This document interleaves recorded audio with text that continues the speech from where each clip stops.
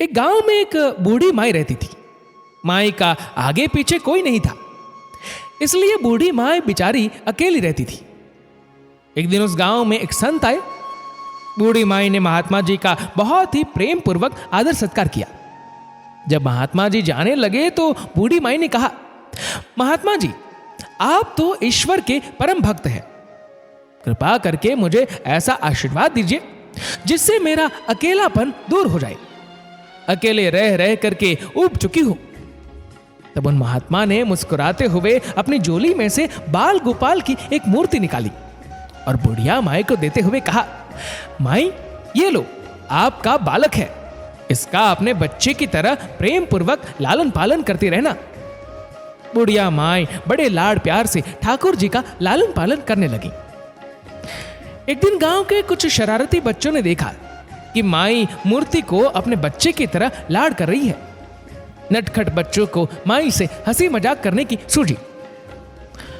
उन्होंने माई से कहा, अरे मैया सुन, आज गांव में जंगल से एक भेड़िया घुस आया है जो छोटे बच्चों को उठाकर ले जाता है और मार कर खा जाता है। तू अपने लाल का ख्याल रखना, कहीं भेड़िया इसे उठाकर ना ले जाए।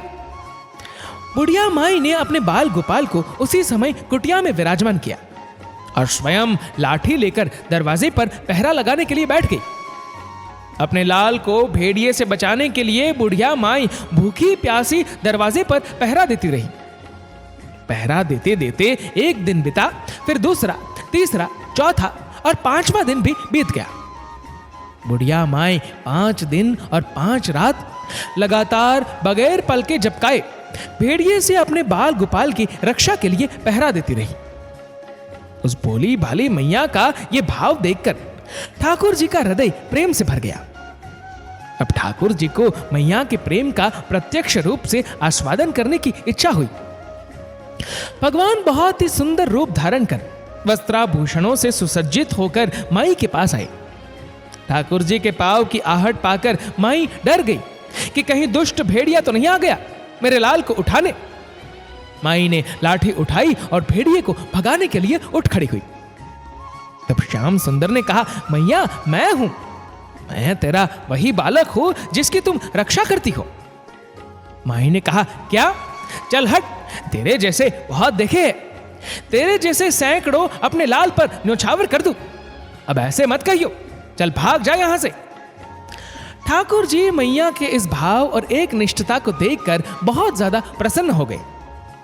ठाकुर जी मैया से बोले, अरे मेरी भोली मैया, मैं त्रिलोकीनाथ भगवान हूं, मुझसे जो चाहे वर मांग ले, मैं तेरी भक्ति से प्रसन्न हूं। बुढ़िया माई ने कहा, अच्छा, अब भगवान हो, मैं आपको 100 प्रणाम करती हूं। कृपा कर मुझे ये वरदान दीजिए कि मेरे प्राण प्यारे लाल को भेड़िया न ले जाए।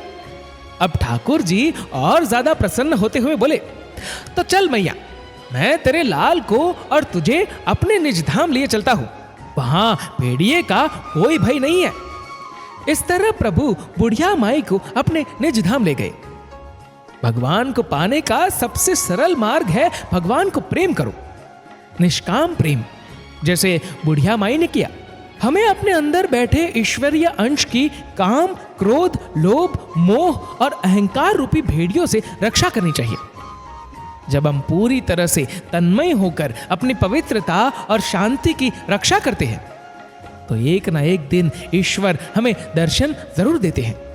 दोस्तों, इस वीडियो को लेकर आपकी क्या राय है नीचे कमेंट करके जरूर बताएगा। और अगर आपको वीडियो अच्छा लगा हो तो इस वीडियो को लाइक करेगा, शेयर करेगा ज्यादा से ज्यादा लोगों तक। और ऐसी और भी स्पिरिचुअल कहानियों को सुनने के लिए सब्सक्राइब करें हमारे यूट्यूब चैनल को और फेसबुक पर फॉलो करें हमारे पेज को। धन्यवाद।